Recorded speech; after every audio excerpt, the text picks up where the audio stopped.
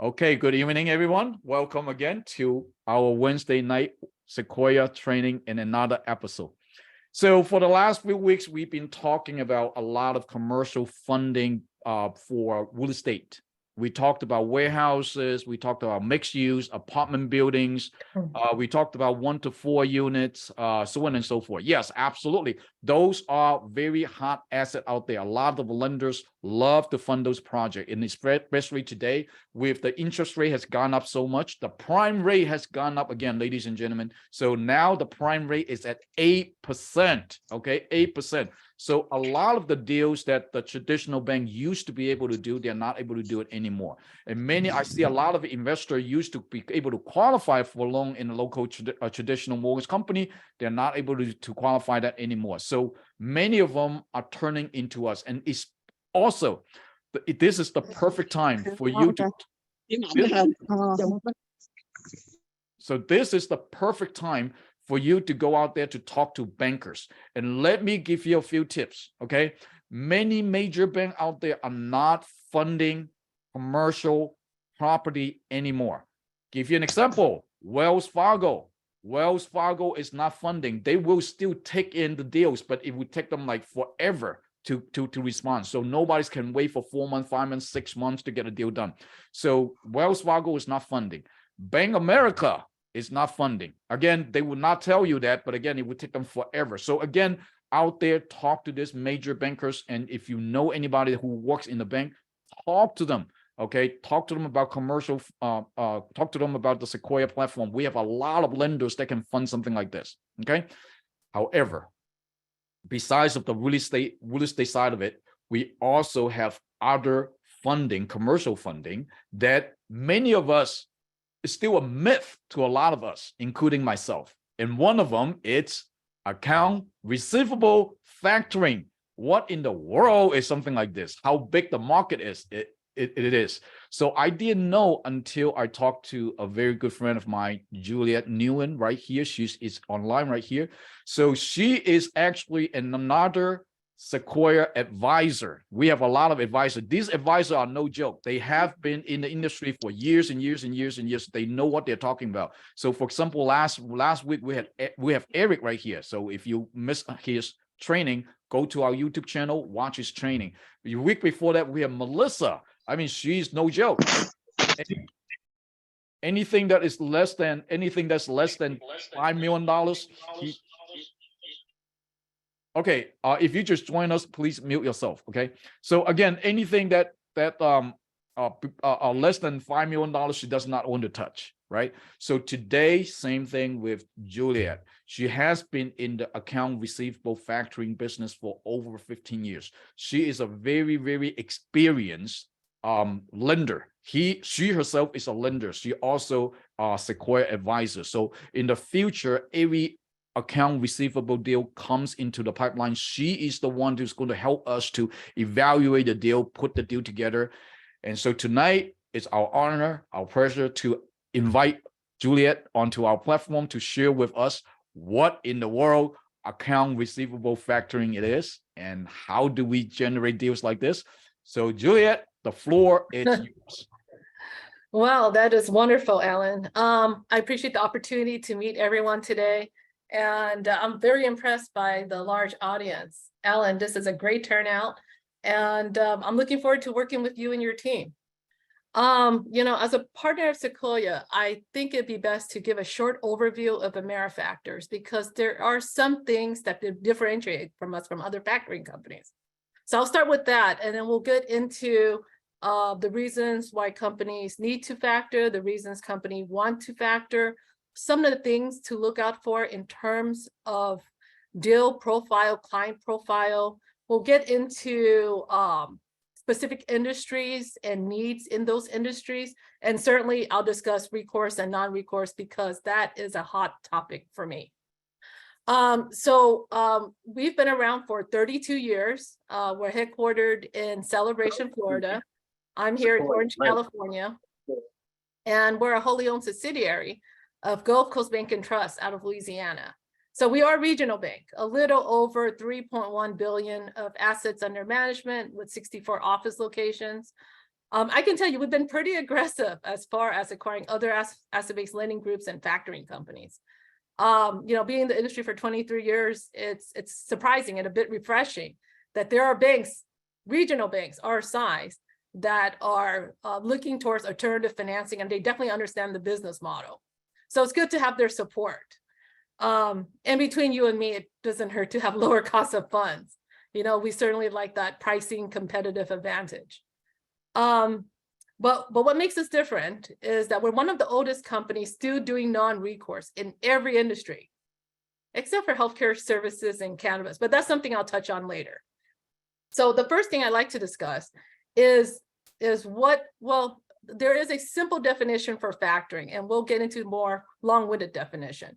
But factoring is a process whereby we are purchasing the invoices at a discount.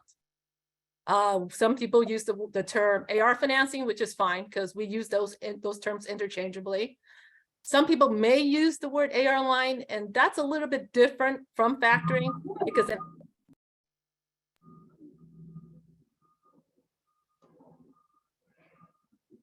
sorry, I think I was muted for some reason. Factoring by definition is when you purchase the invoice and it is an off-balance sheet transaction. It is a purchase agreement. Again, it is not a loan. So there are companies that may be a bit sensitive, especially if they have investors, because they do not want new debt incurred.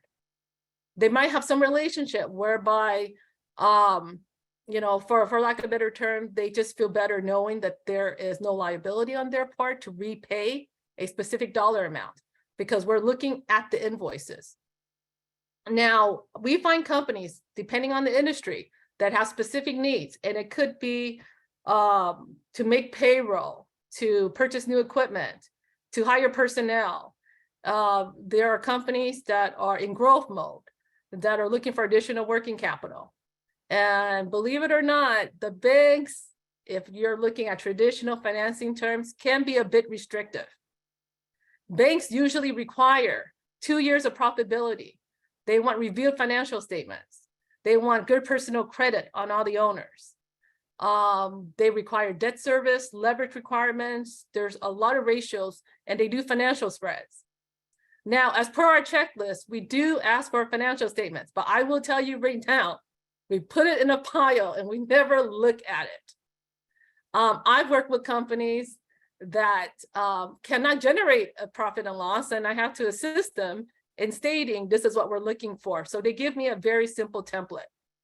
So you might find smaller companies that may not have the documents on our checklist, and we're willing to be flexible and accommodate.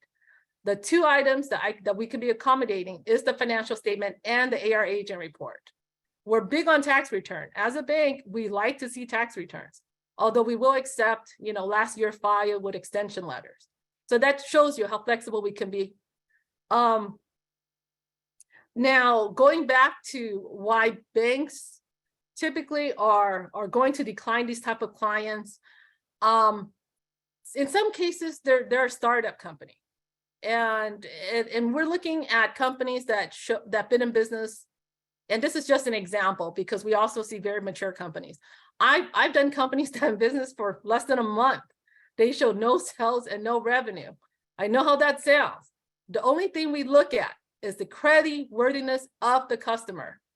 So I'm going to use a couple of terms interchangeably. I'm going to refer to the borrower, which technically isn't really a borrower because it's not a loan, as the client and the prospect. And I'm going to refer to the company they bill to as the customer or the debtor. Okay. The customer has to be creditworthy for the dollar amount that you're requesting.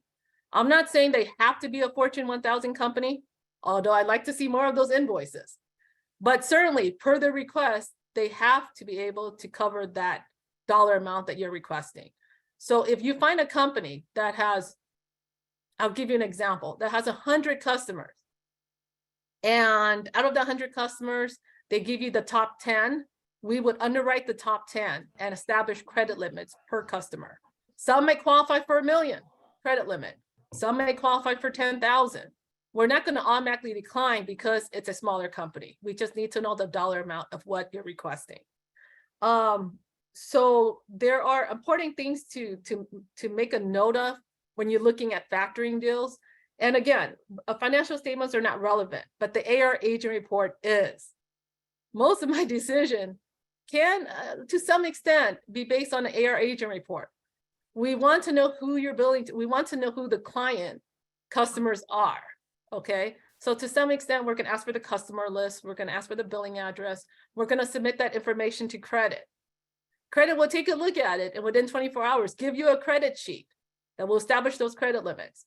In turn, I'll give you a proposal that will outline the discount fee. The discount fee is typically charged every 15 days past the first 30.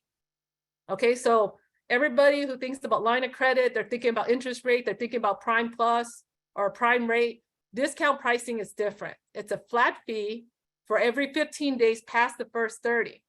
Now for recourse deals, which means there's a buyback clause, pricing could be a per diem rate, but it could be a discount as well. And that's usually up to the 90 days. And I'll discuss recourse and non-recourse a little bit later.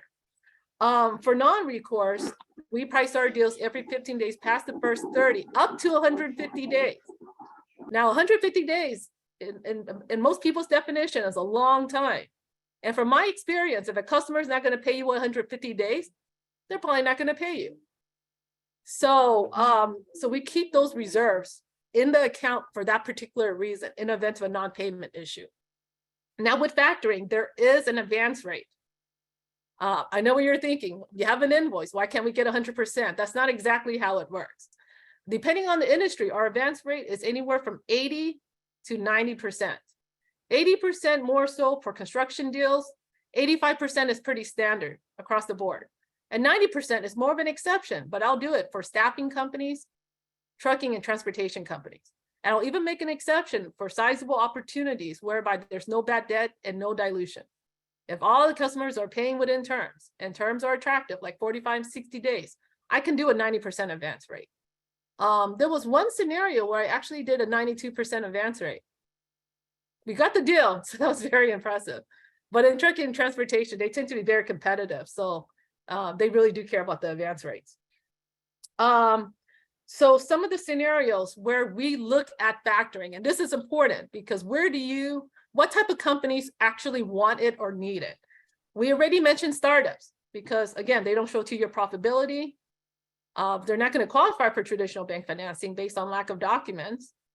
And I don't know if the personal guarantee is good at all. So that's a question for most startup companies. But we also find companies that, and this is heard most often in the industry, that are financially distressed. What does that mean? The company is not profitable. They can't service debt.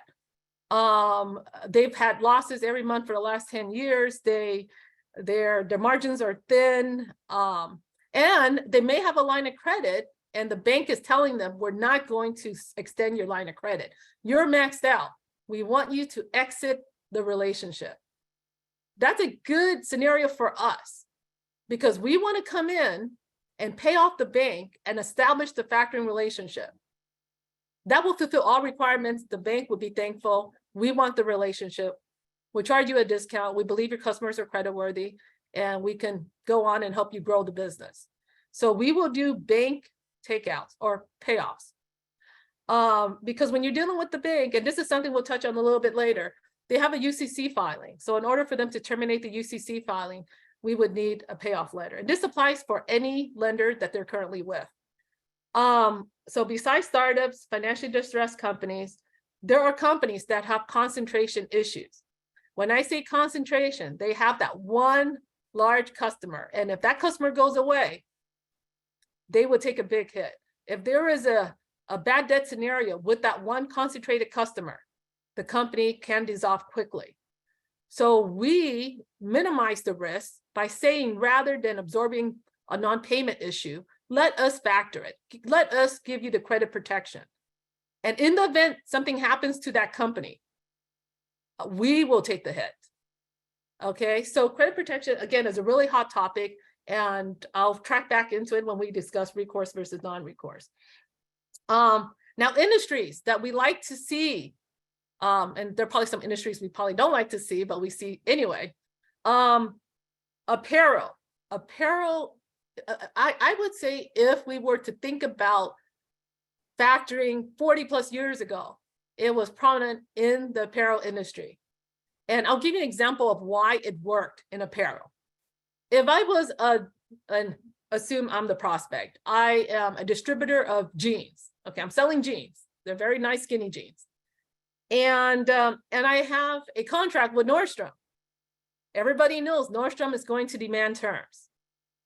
Nordstrom says, Juliet, I love your pair of jeans. I like 100,000 units of it.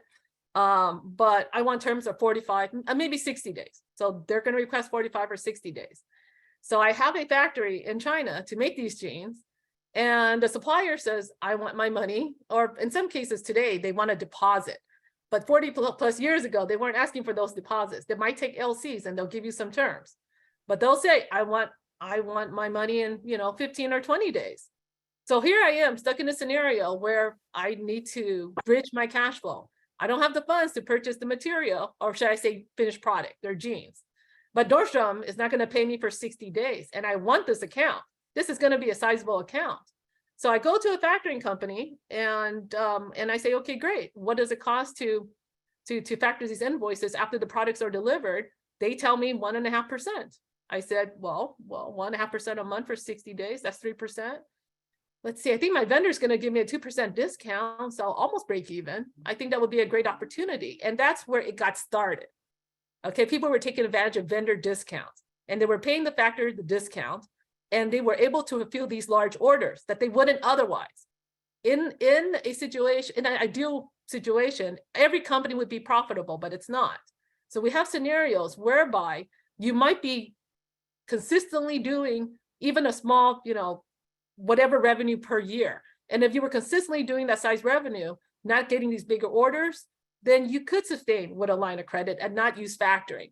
But factoring is used to grow the company. We're getting big orders. I've never pulled an order for 500,000 before. I need to hire more people because my crew of 15 is not going to accommodate the 10 sites that I have to be on, So it makes sense from the apparel. We've done telecom. We've done staffing. Staffing is favorable. Most staffing companies understand factoring. I can't tell you exactly why, but the ones that we see need to make payroll every week. And if you're staffing 10 employees and all of a sudden you get a contract to staff 20 and then get another contract to staff 40, at some point, your funds are going to run out because that is prohibiting the company from growing. So because of it, they will factor invoices every week consistently, and they'll provide us with invoices and timesheets to say, these are the employees that are on site, and here are the hours that are worked, and here's the invoice amount, and we advance them 85 to 9%. Again, 90% for staffing companies. So staffing is great. Oil and gas, transportation, manufacturing, distribution, service companies, any company. And I know this is a broad statement, any company that has invoices. Therefore, no gas stations, okay? They sell to consumer. No restaurants, again, they sell to consumer. Companies that do B2B, I wanna stress that because I do get some odd requests from time to time. We do not do healthcare services because they build third-party payers, which usually are insurance carriers like Medicare, Medicaid, Blue Cross, Blue Shield, Aetna. We do not like healthcare because the amount that they bill, or they call it the billable amount, is not what they pay. And in the world of factoring, if it's a successful relationship, we want to get paid 100% of that invoice. We don't want to be short paid. There are exceptions to that rule, and the exception is more on a recourse basis. So since I've spoke so much about non-recourse, I think I'm going to give you a comparison of recourse versus non-recourse. Okay, so for anyone that's done a factoring deal, most factoring companies provide a full recourse facility. And what I mean by that is if the customer doesn't pay within 90 days, the client is liable for the money owed. They will come back to the client or prospect, in this case client, and say you have to buy back the invoice at face value because the customer didn't pay within 90 days. Otherwise, they can take it out of reserves, they can swap claims, but essentially you're in default if you don't pay it back, okay? So recourse are usually for companies that are confident about their customers making payments, they're confident about the credit, and they're willing to take the risk in some cases for better pricing. Because ideally, if you can get credit insurance and not have to buy back, why would anybody agree to that? The underwriting is a little bit different. I would say from an underwriting perspective, we tend to be a little bit more relaxed with verification and credit because of the recourse facility. So non-recourse, which I truly like, I see more opportunities because of this, is when we provide credit protection similar to credit insurance, if you've ever seen it. And if there's a credit issue, the customer doesn't pay because of bankruptcy, because they're insolvent, because they're financially distressed, again, we file a claim against it and we get paid 90 cents on the dollar, it pays back the advance and everybody is made whole. But it's good to keep the relationship, and we do have collection efforts because it's a non-recourse relationship. So I tell people, think of us as your back office. We want to bill for you. We want to collect for you. We want to monitor payments. We want to be accommodating. And if the customers are paying like they should, you'll never hear from us. And that could be a really good relationship to have as well. So we are very supportive with the client in terms of making sure they receive payments. Worst case scenario, and I hate to say this, but let's say there is a situation where they're paying late, there's little communication. We'll send out a demand letter. And in most cases, customers who are creditworthy do not like to see the demand letters, and they will not take us to court. They will not want to go to court with us. So we have the ability to settle for less or to put them on a payment plan. So there are options. Well, there are ways to get customers to pay if they're not able to pay at that time. Now I want to touch a little bit about criteria, and also stating the fact that we've done startups. We have a checklist, and it's easy, relatively easy to meet. But as far as deal size, and I think I mentioned startup, our minimum in terms of annual volume is 100,000, which means they're factoring on average 10,000 per month, up to 5 million. In excess of 5 million or north of 5 million, we'll need a participant. And we have several participants that will allow us to be the lead agents. So most of the opportunities we're seeing, if you're talking about sweet spot, is usually 2 or 3 million, but I'll do deals much smaller. Again, we're not going to decline based on size. But yes, it's going to be anywhere from 100,000 in volume to 5 million. And as far as pricing, which is sometimes a very sensitive issue because companies always come in saying, I want the best pricing. I don't know if they really understand the market enough to ask for the best pricing, because pricing is dependent upon volume, it's dependent upon industry. We want to see the customers are creditworthy. We want to look at the entire file. But more importantly, the AR aging report, because that customer list will probably give us a lot of information and how quickly the AR is turning.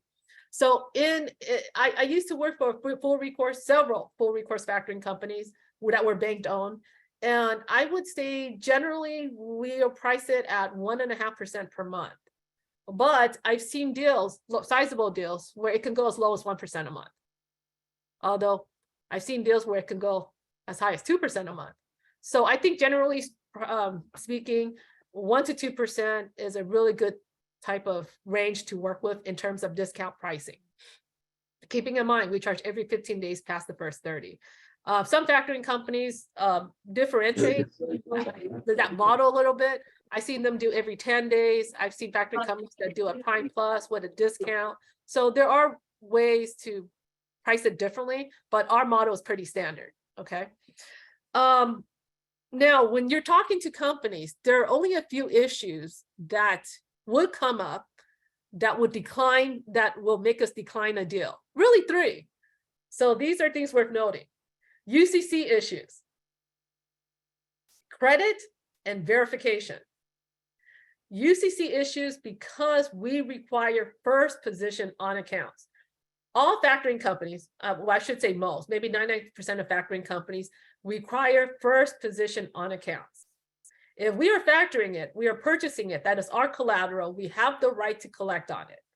If there's somebody in front of us, whether it be a bank, a cash advance company, any lender that is secured by the accounts, we would need to pay them off, they would need to subordinate, or we need to find a way to terminate. If there was a bank that had provided the client with a line of credit and they're willing to carve out accounts for us to factor, we will take a second behind the bank as long as we're first positioned on accounts.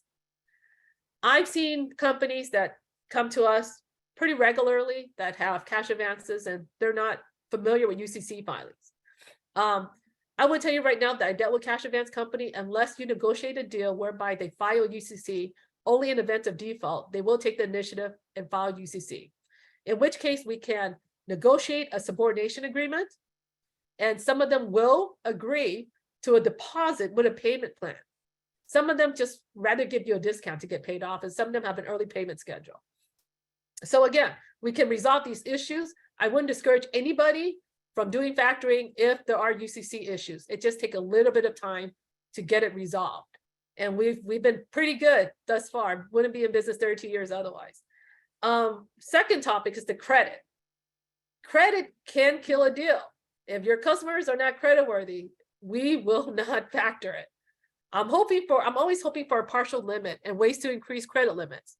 And in a case where that does not apply, we just have to tell you the customer is declined. You requested $1 million, they're not qualified for $1 million, we wouldn't even give them $200,000, the customer is declined. And we will tell you that immediately. We will not waste your time. Third is verification. Because we are a non-recourse factoring company, we require some type of verification. Written verification preferred, whereby the customer signs a verification letter stating the invoices are correct and that they're going to pay the face value of the invoice without discount, dispute, or offset.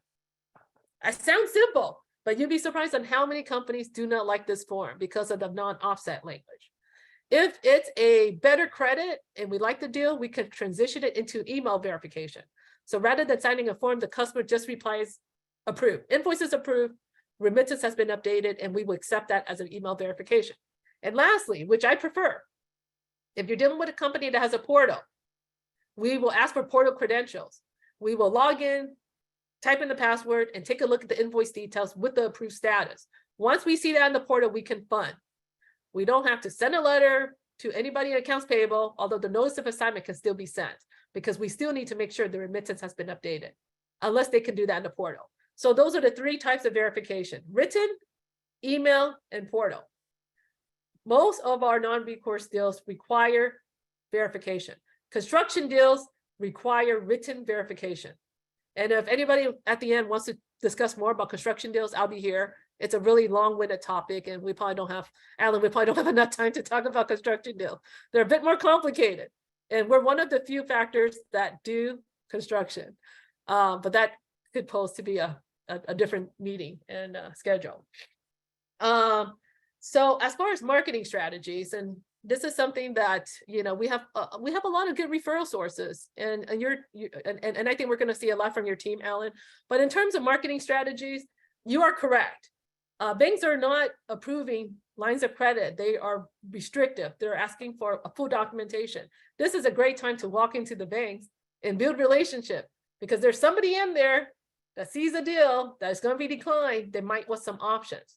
Now, from my experience, bigger banks tend to have what we consider a process. And their process is, well, we shouldn't refer it out. Well, we don't know who they are. We should not refer it out. We should hand it over to business banking and let it die peacefully.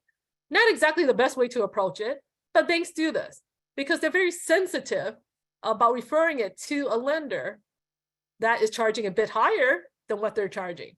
So I don't know what this image is with the bank, but they tend to be a little conservative for good reason. You know, we can't beat their pricing, nor will we ever try.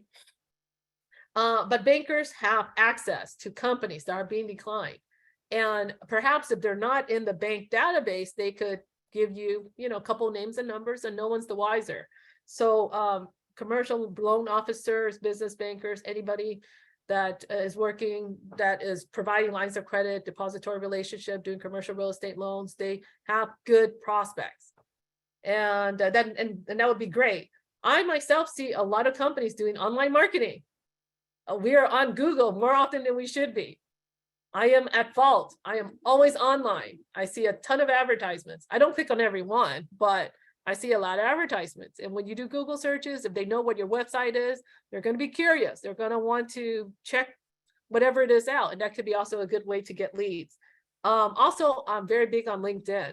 Build a network, get to know CPAs, get to know attorneys. They have resources, they have leads, they have clients, they have prospects. I would get to know everybody I can possibly know and just keep yourself in front of them. I mean, not too obsessively, but yeah, monthly, quarterly, whatever the need should arise. Yeah, so those are my topics for today. Hopefully, are we good on time, Alan? I didn't know if I was going to talk too long about it, but hopefully we touch on the major topics. And Yep. if you want to do the Q&A or any specific you want me to.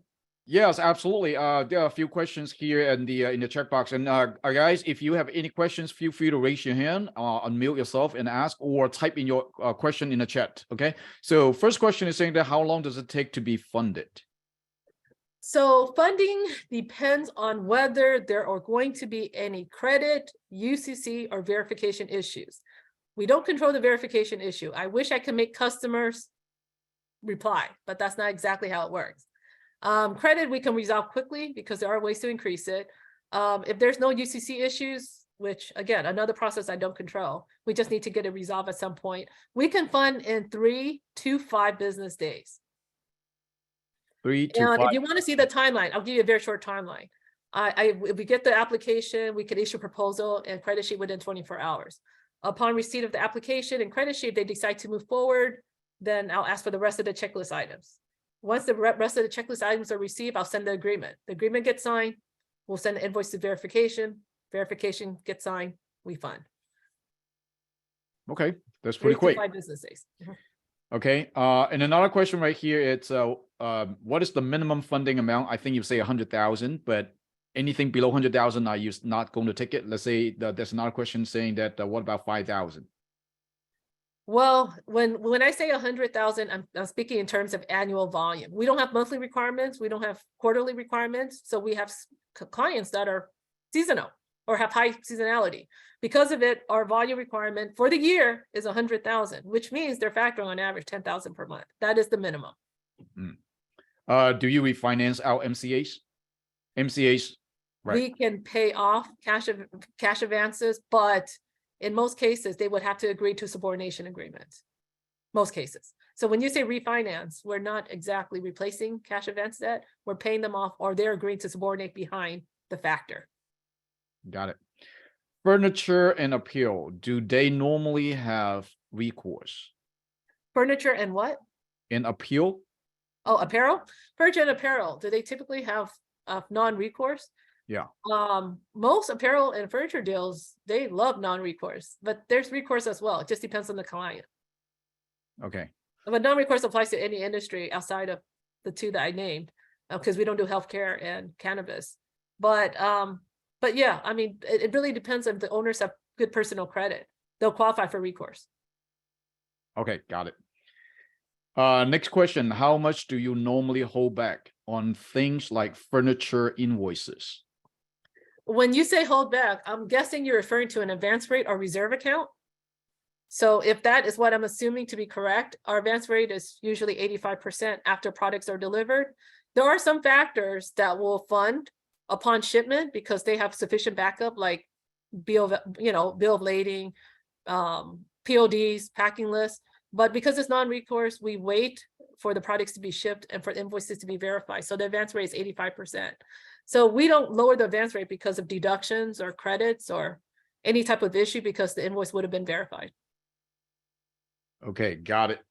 Okay, so there's another question right here. What is verbiage you use when going into a bank? That's a good question. People discourage me from saying the word factoring, but I say factoring all the time. You can say AR financing. If it's regarding a customer notification, I use soft language. We use soft notification language. We say, and it's on the Gulf Coast Bank letterhead, Gulf Coast Bank is managing the receivables for this client. Please remit the payment to this address. So we don't use the word financing, factoring, or malefactors. We do soft notification. It helps getting customers to reply. Okay, got it.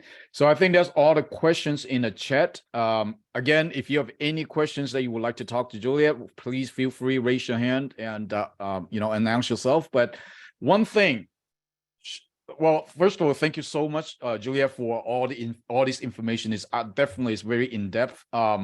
But I bet a lot of people in this room right now it's feeling overwhelmed. Don't be. The training right here is not for you, not to turn you into a professional AR factoring consultant or lender, whatever that might be. The goal is for you to understand things like this out there exist. There are market out there. There are clients out there. We do not want you to become an expert like Juliet that talk about something like this.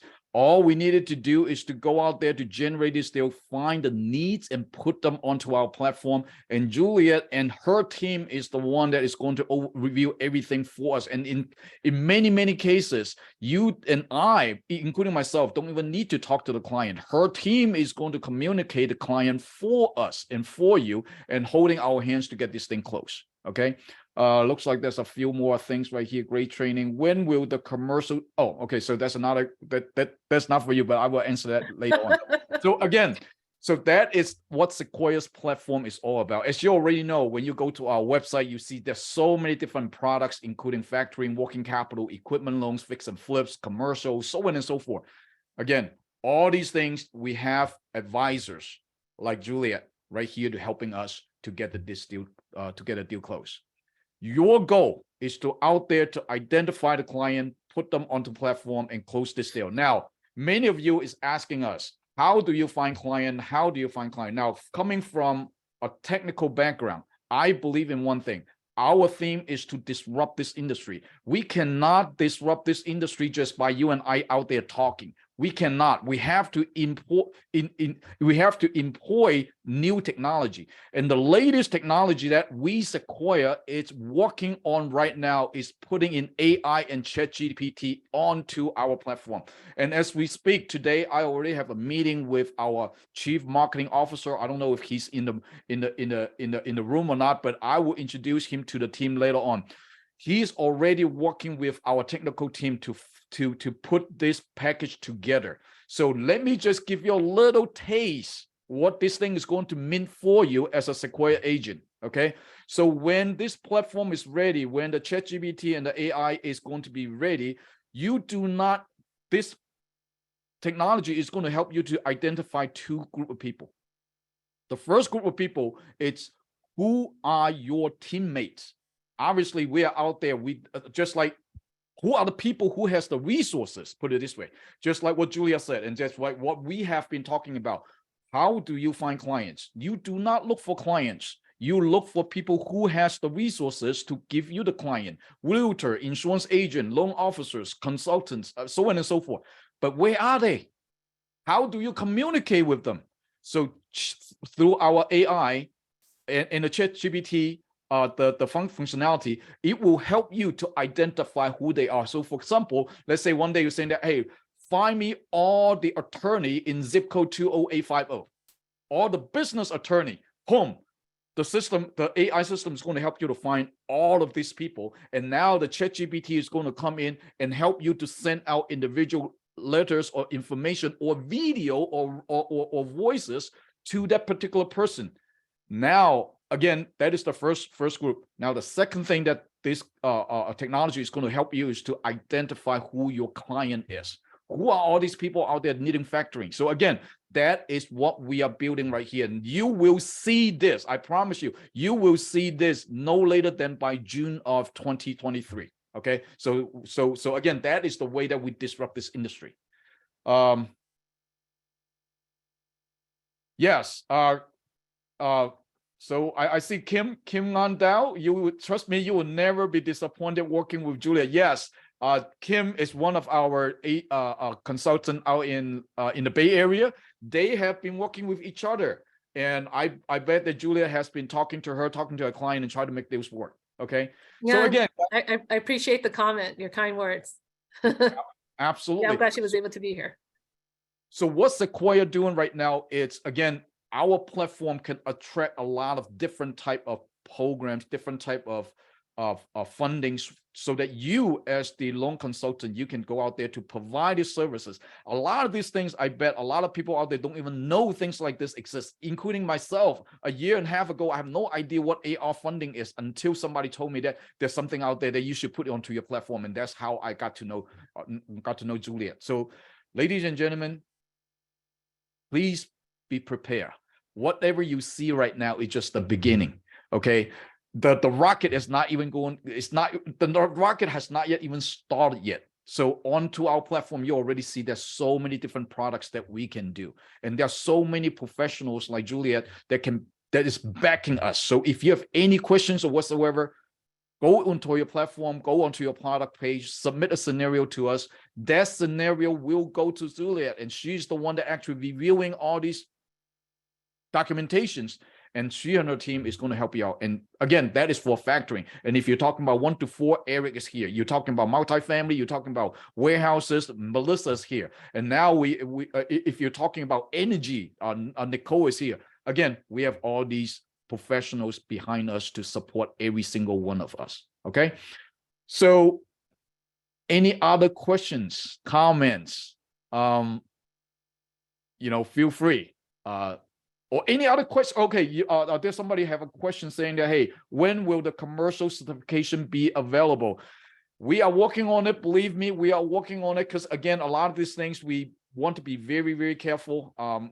So Francine, I believe that she is working on it, but without the certification does not mean that you cannot do business. If without a certification, everyone come into Sequoia, you are automatically at 46%. Okay, you're not at 23%, you're automatically at 46%. So go out there generating deals, get paid, and again, enjoy the training, right? So there are 2 more new messages right here. Love it. Thank you again, Alan. Thank you so much. So if there's nothing else, I will stop the recording, and this recording will be onto our YouTube channel. So ladies and gentlemen, if you're not connected to us, please do connect to us on Facebook, YouTube, Instagram, whatsoever. Okay, we will do a lot of announcement, and this training will be posted out there. Anything else? If not, thank you so much. And I see next Wednesday. It will be another very exciting training or episode. Next Wednesday, we will talk about if someone who owns a commercial real estate, how can they get money from the government? Okay, next Wednesday, we'll be talking about that topic. So guys, thank you so much. And I see you. Oh, there's no hand, sorry. So I see you next Wednesday. Good night, everyone. Thank you so much, Juliet. And we will definitely send you business very, very soon. Thank you for having me, Alan. Yep, absolutely. Thank you so much. Okay. Good night. Night.